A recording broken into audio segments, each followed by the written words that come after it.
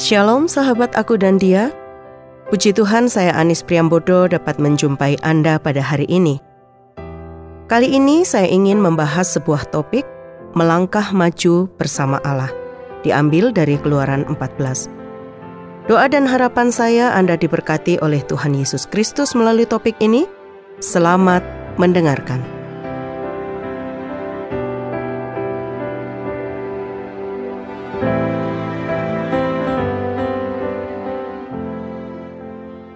Sahabat aku dan dia, setiap manusia yang hidup di dunia ini pasti mempunyai tujuan dalam hidupnya. Dan agar dapat sampai kepada tujuan, satu-satunya tindakan yang harus diambil adalah melangkah maju, bukan melangkah mundur. Begitu juga dalam kehidupan kerohanian kita. Kita harus melangkah maju bersama dengan Allah. Sebelum saya membahas apa yang dapat kita pelajari dari topik ini, saya akan membaca beberapa ayat firman Tuhan dari kitab Keluaran pasal 14, sekaligus saya memberikan penjelasan. Keluaran 14 ayat 1 dan 2. Berfirmanlah Tuhan kepada Musa demikian. Katakanlah kepada orang Israel, supaya mereka balik kembali dan berkemah di depan Pi-hahirot antara Migdol dan laut. Tepat di depan Baal-Zefon, berkemahlah kamu di tepi laut. Sahabat aku dan dia, pada bagian ini kita mendapati kisah tentang Allah yang telah menyelamatkan bangsa Israel dari tanah perbudakan di Mesir dengan cara yang ajaib. Allah menimpakan 10 tulah bagi bangsa Mesir, dan ini menjadi jalan bagi keselamatan bangsa Israel. Kebebasan bangsa Israel terjadi dan Allah lah yang mengerjakan keselamatan itu bagi bangsa Israel. Kekuatan tangan Tuhan yang membawa bangsa Israel keluar dari tanah Mesir.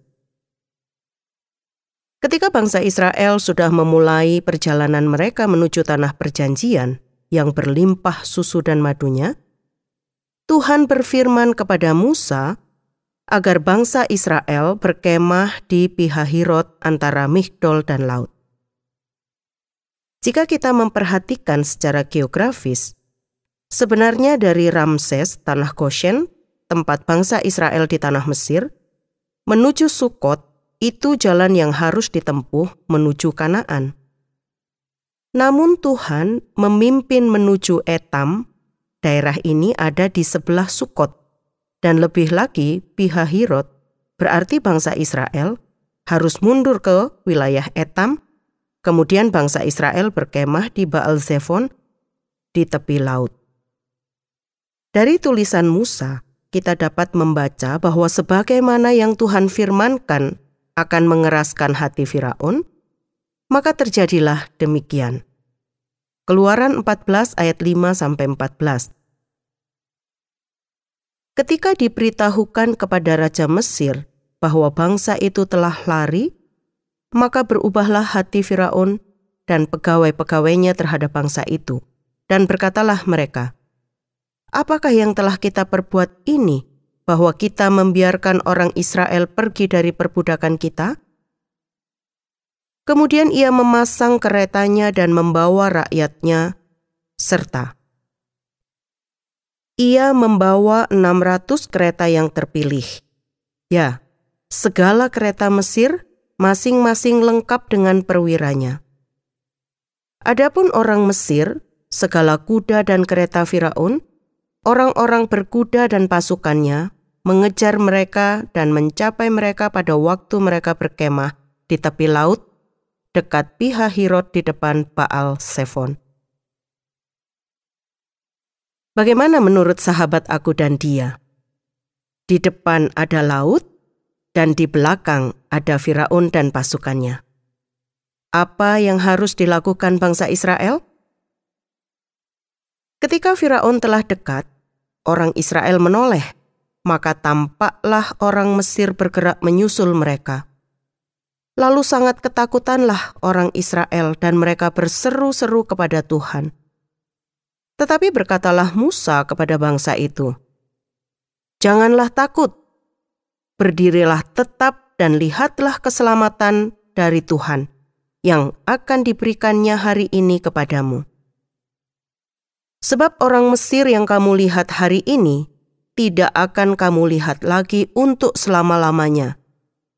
Tuhan akan berperang untuk kamu dan kamu akan diam saja. Adalah sebuah kewajaran sebagai manusia. Ketika diperhadapkan dengan situasi yang genting, ada rasa takut karena merasa tidak tahu harus berbuat apa. Mau maju di depan ada laut, mau berbalik di belakang ada musuh. Disinilah letak persoalan yang paling mendasar, yaitu bangsa Israel lupa bahwa Tuhanlah yang membawa mereka menuju tempat ini. Seharusnya mereka percaya kepada Tuhan bahwa Tuhan akan menyelamatkan mereka. Begitu juga dengan kita yang mengaku sebagai orang Kristen. Yang seharusnya dilakukan adalah percaya dan bergantung sepenuhnya kepada Allah. Percaya dan bergantung atau bersandar penuh kepada Tuhan adalah satu bentuk kita mengasihi Tuhan. Amsal 29 ayat 25 berkata, takut kepada orang mendatangkan jerat. Tetapi siapa percaya kepada Tuhan dilindungi. Ketakutan kepada manusia mendatangkan jerat. Dalam Perjanjian Baru, Rasul Yohanes menuliskan bahwa kalau kita memiliki ketakutan, berarti kita belum sempurna dalam kasih. 1 Yohanes 4 ayat 18. Di dalam kasih tidak ada ketakutan. Kasih yang sempurna melenyapkan ketakutan. Sebab ketakutan mengandung hukuman. Dan barang siapa takut, ia tidak sempurna di dalam kasih. Sahabat, saya akan melanjutkan dari kitab Keluaran pasal 14 ayat yang ke-15. Berfirmanlah Tuhan kepada Musa, mengapakah engkau berseru-seru demikian kepadaku? Katakanlah kepada orang Israel, supaya mereka berangkat. Tuhan menyuruh Musa membawa bangsa Israel untuk berangkat. Itu artinya mereka harus melangkah maju, meninggalkan Baal-Zephon, melewati laut. Bersandar dan bergantung sepenuhnya kepada Allah bukan hanya berarti mengasihi Allah dan mempercayai sebagai sikap hati, tetapi juga membuktikan kebenaran Allah dalam kehidupan kita.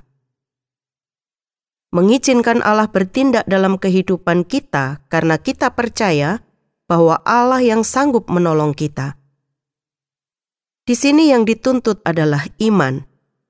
Iman itu adalah mengetahui atau mengenal siapakah Allah yang kita percaya. Mempercayai bahwa Allah yang kita percaya dapat melakukan segala sesuatu, bertindak untuk membuktikan kemahakuasaan Allah kita. Bangsa Israel diminta untuk taat dan mereka tidak melakukan apa-apa. Ayat 16, dan engkau angkatlah tongkatmu dan ulurkanlah tanganmu ke atas laut dan belahlah airnya. Sehingga orang Israel akan berjalan dari tengah-tengah laut di tempat kering. Ayat 19, kemudian bergeraklah malaikat Allah yang tadinya berjalan di depan tentara Israel, lalu berjalan di belakang mereka. Dan tiang awan itu bergerak dari depan mereka, lalu berdiri di belakang mereka. Ayat 20, demikianlah tiang itu berdiri di antara tentara orang Mesir dan tentara orang Israel. Dan oleh karena awan itu menimbulkan kegelapan, maka malam itu lewat, sehingga yang satu tidak dapat mendekati yang lain semalam-malaman. Ayat 21, lalu Musa mengulurkan tangannya ke atas laut, dan semalam-malaman itu Tuhan menguakkan air laut dengan perantaraan angin timur yang keras, membuat laut itu menjadi tanah kering. Maka terbelahlah air itu. 22, demikianlah orang Israel berjalan dari tengah-tengah laut di tempat kering sedang di kiri dan kanan mereka air itu sebagai tembok bagi mereka. 23. Orang Mesir mengejar dan menyusul mereka, segala kuda Firaun keretanya, dan orang yang berkuda sampai ke tengah-tengah laut. Dan pada waktu jaga pagi, Tuhan yang di dalam tiang api dan awan itu memandang kepada orang Mesir, lalu dikacaukannya tentara orang Mesir itu. Ia membuat roda keretanya berjalan miring dan maju dengan berat. Sehingga orang Mesir berkata, "Marilah kita lari meninggalkan orang Israel, sebab Tuhanlah yang berperang untuk mereka melawan Mesir."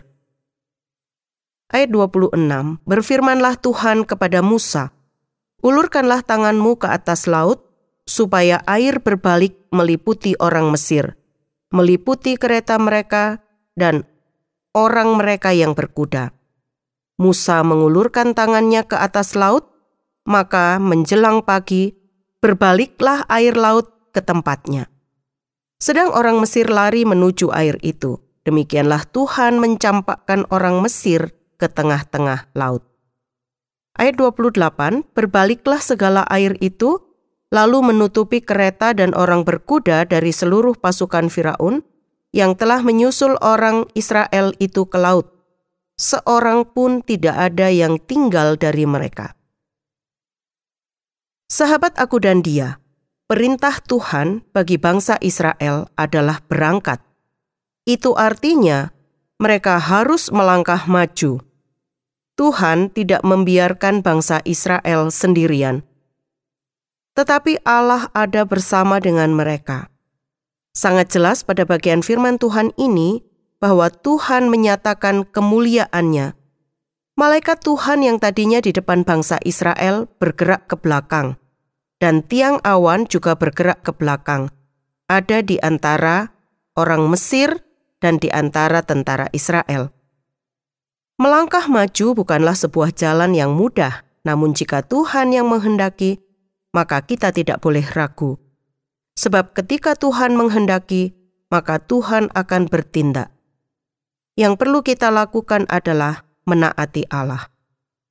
Seperti Musa yang taat mengangkat tongkatnya di atas laut, seperti yang Tuhan perintahkan. Sahabat, dalam perjalanan hidup kita di lingkungan pekerjaan, keluarga, dan dimanapun kita berada, tidak pernah sendirian dan tanpa tujuan.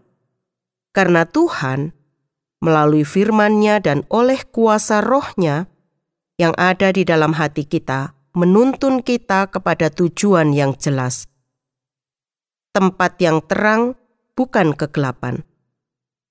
Sebagaimana bangsa Israel yang mengalami kehadiran Tuhan dan mengalami pertolongan Tuhan dengan cara yang ajaib, menjadi kesaksian bagi bangsa-bangsa lain. Begitu juga dengan kita. Ketika kita memiliki pengalaman hidup bersama dengan Tuhan dengan cara yang ajaib, maka itu akan menumbuhkan iman kita. Ketika kita melangkah maju bersama dengan Allah, maka kesulitan akan teratasi oleh karena Allah lah yang bertindak memberikan pertolongan kepada kita tepat pada waktunya.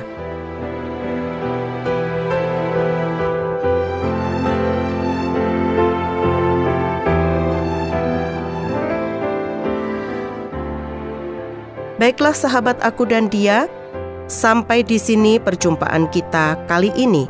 Bila Anda ingin membagikan kisah Anda atau Anda ingin memberikan usul maupun pertanyaan, hubungi kami melalui SMS atau WA ke nomor 081 333 777 386.